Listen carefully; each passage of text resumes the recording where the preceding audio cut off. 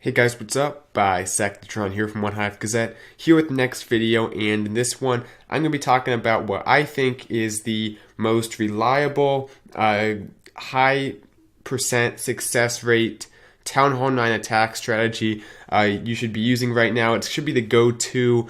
Obviously, there's a lot of things working at Town Hall 9. The update made it even more easy for 3 stars, even more different options for 3 stars. So there's other stuff you can be doing, but I think this is the best bet, especially for high level heroes. And if you have access to bowlers in your CC, I know some people don't have access to bowlers, so I'll talk about maybe alternatives to that a little bit. But the thing with the heroes is some of these attacks are going to involve queen walks, which you want to have a hero, or at least a queen of 20 or above typically. And even for the other attacks, they're just kill squad based with golems. It still helps having at least like 15 heroes. And if you don't have this, it might be a better bet to go to Valks or something that has more DPS, because the attacks that are heavily defense targeting, typically you want to have higher level heroes, because you're going to need that amount of DPS in your kill squad to get the essentials like the queen and the CC troops. Whereas if you have low level heroes, you might want to kind of aid the DPS of your low heroes with Valks or P.E.K.K.A.s or something that does a little bit more damage. There are exceptions though, and you're free to experiment as you want in friendly challenges. But let's take a look at what I think is the most effective Town Hall 9 attack strategy right now. 2 different variations of it actually. Taking a look at 4 total attacks. But you can see this war, I talked about it in the last video. Very good job to Dark Looters. The main thing for us, the Achilles heel with those Town Hall 11s, couldn't get those guys 2-starred efficiently. So good job to their bases, their base builders for the Town Hall 11s. They held up very well, and that's probably the biggest factor that contributed to their win. So these attacks are going to be air attacks. That's the go-to right now. We're seeing hogs work a little bit, but air attacks are the main thing. And the first kind of variation is your standard 2 golem. I think it's called a Shattered Laloon. Surprisingly, it's working well. And it does use bowlers, so it's not like an old-fashioned Shattered Laloon. But if you don't have access to bowlers, I'd recommend a CC of Max Valks if you have them, or just bring some wizards and just, bring like another 4 wizards and just don't bring any type of bowlers or anything. You can experiment with a P.E.K.K.A. maybe. Whatever you think works, there's a lot of different options. Bowlers are your best bet though. Actually, Nanojohn doesn't even bring bowlers in this attack. It shows how you don't need the bowlers. You can bring a Lava Hound, which I think he actually does in this attack. So there's a little bit of options there. But basically the idea is you can still get 2 air defenses in the queen, even if it doesn't look like it. Because he drops that jump so that the troops kind of move through the compartment and step up to where the queen is. Now, it was a little bit close here, but his queen will take out the defensive queen. Typically, you want to have it be a little more, a little easier to do, not be cutting it that close. But you can see how many balloons he has left up here. Great heal. I mean, he knows these wizard towers are going to be hectic on the last part of the attack. That's why they're there. So the heal spell keeps them up. This guy also had a Tesla farm, so he really sold out on the top of that base in terms of anti-air. The problem was, because of that, nothing actually in the base killed any of his balloons. So there's so many Lava Hounds, so many balloons left up. This is the first kind of variation. Just that standard Shattered Laloon, typically going to bring 2 golems. You can do 1 if you want to bring a larger air part of the attack. Typically 2 though. I recommend bowlers. That's typically going to be your best bet in your CC, but you can bring the Max Lava Hound if you feel you don't need the DPS from the bowlers. So nice attack, Nanojohn. Let's go ahead and take a look at one more like this. Then we'll look at another variation. Ali coming in here with the next one, and I think he has the bowlers. I believe so. But drops down these baby dragons just for the funnel, taking out a few buildings, and who knows, maybe he'll trigger a few air traps too. That's always a good benefit of that. Drops down the golem. I like that poison on the queen. She's actually barely in it, but she is. That just slows down the DPS. That way the golem doesn't take as much of a punishment. There's the second golem right behind. The king, the queen, the wizards, everything moving through. It's now beneficial to bring a few extra wizards, because they do do quite a bit more DPS than they used to. They're level 6 and they have the buff. He does bring the CC of Bowlers. I think that's typically a good idea to do. If you only have one Golem, it can, there's the kind of the thing where you either want to go for it or you don't. You don't want to go halfway and bring only one Golem. In the Bowlers, if you're going to go for it, I'd say bring a big kill squad. Bring the 2 Golems, which will help your Bowlers stay alive a little bit longer. You can see how deep into the base he's getting. Even though these bases have offset queens, if you bring a hefty kill squad like this, and it definitely helps having high-level heroes, you can get very deep into the base and get almost all the air defenses taken out in some circumstances, which he does here. He gets 3 out of those 4 and almost gets that 4th one with the Bowlers. Here come the Lava Hounds, just dropping down those haste spells. The haste are typically going to be better than Rage, and because they don't take up as much space, it's a much more economic thing to bring. The only time I'd bring a Rage is if there's just a huge cluster of buildings, including Expos, which are a little bit higher HP, so the balloons can't just get it through with like one drop from a group of 2 balloons. In those cases, it takes like 4 balloons to take out an Expo, I think, maybe even 5. It takes quite a few balloons. In that case, the Rage might be good. If there's an Expo and a bunch of Archer Towers and Teslas, then you can drop that Rage. It is a little bit bigger, so you can cover more space. But if you're just doing it for moving those balloons along, it's going to be a better idea to bring those haste spells. And the heal spell has really been making some headway lately. You can see here it's good for those back end wizard towers. Now a few traps get on those balloons, so they'll take out a few balloons, but at this point it doesn't matter.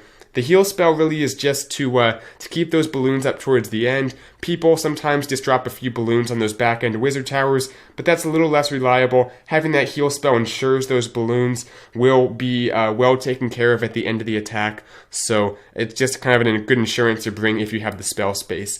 Nice attack to Ollie. Let's take a look at the other variation of the same kind of type of attack, the other side of the coin here. Going back to 17, we have Neeko, I'll just say Neeko, I guess, and this is a Queen Walk, and I think this is another very reliable attack. These attacks you're seeing, I think most of them are fresh hit 3 stars. One of these, possibly 2, might be cleanup, but for the most part, I think these were very successful. The ground attacks were slightly less successful, if I have that right. I don't have statistics, I'm just kind of from what I've seen in this war and some other wars. The air attacks tend to be higher percentage in terms of the chances of getting a 3-star. So this is kind of the other type of attack that I've been seeing a lot more, and I think that it's effective. I mean, Neeko only has a level 22 queen, so it just kind of goes to show you don't necessarily need that max queen.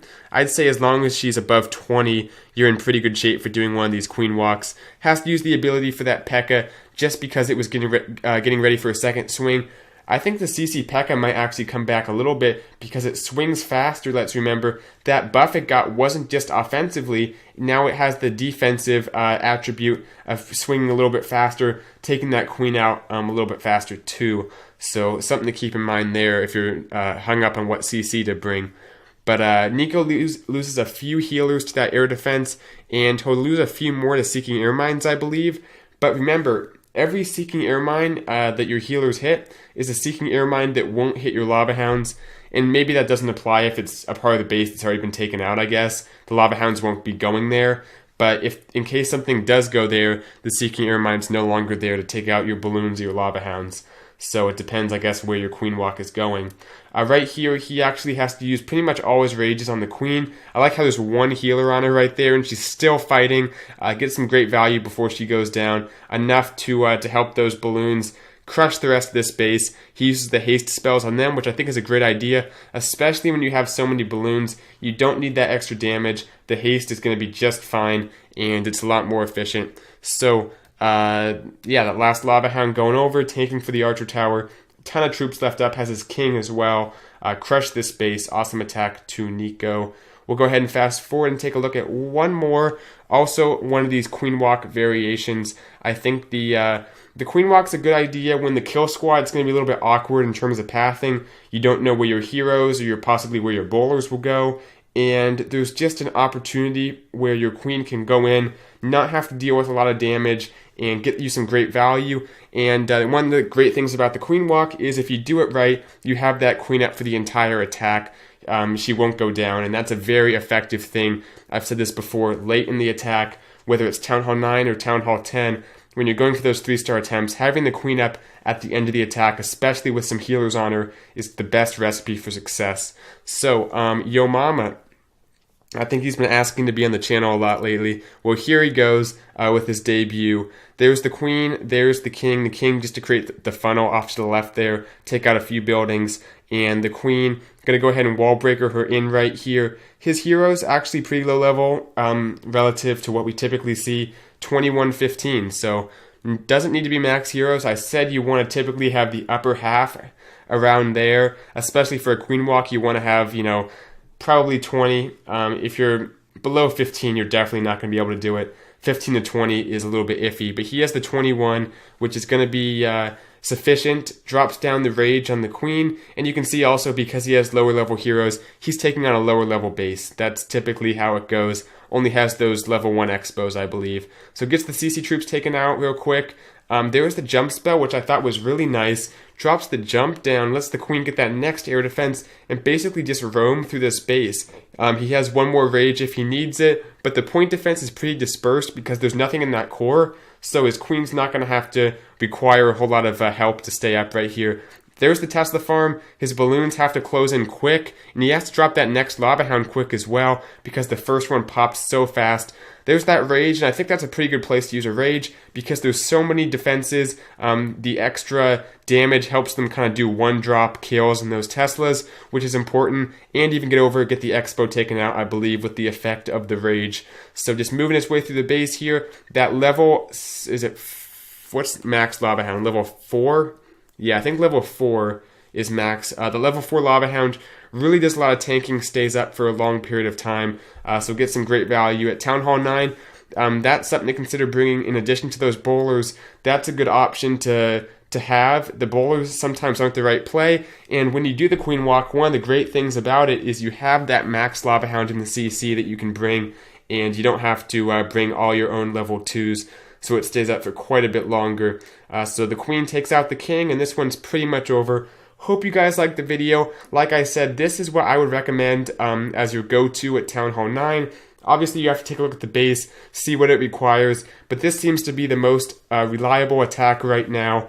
Air attacks seem to be your best bet. Now, that being said, ground attacks are still popular, and I'll continue to show some ground attacks from probably the Immoral Thieves War, if I do a recap of that. So you guys will see some Town Hall 9 ground attacks soon on the channel as well. So that should be another dimension of Town Hall 9 to keep an eye on. There's so much going on at Town Hall 9 right now, though, with all kinds of variety in attacks. Just a fun time to be at Town Hall 9.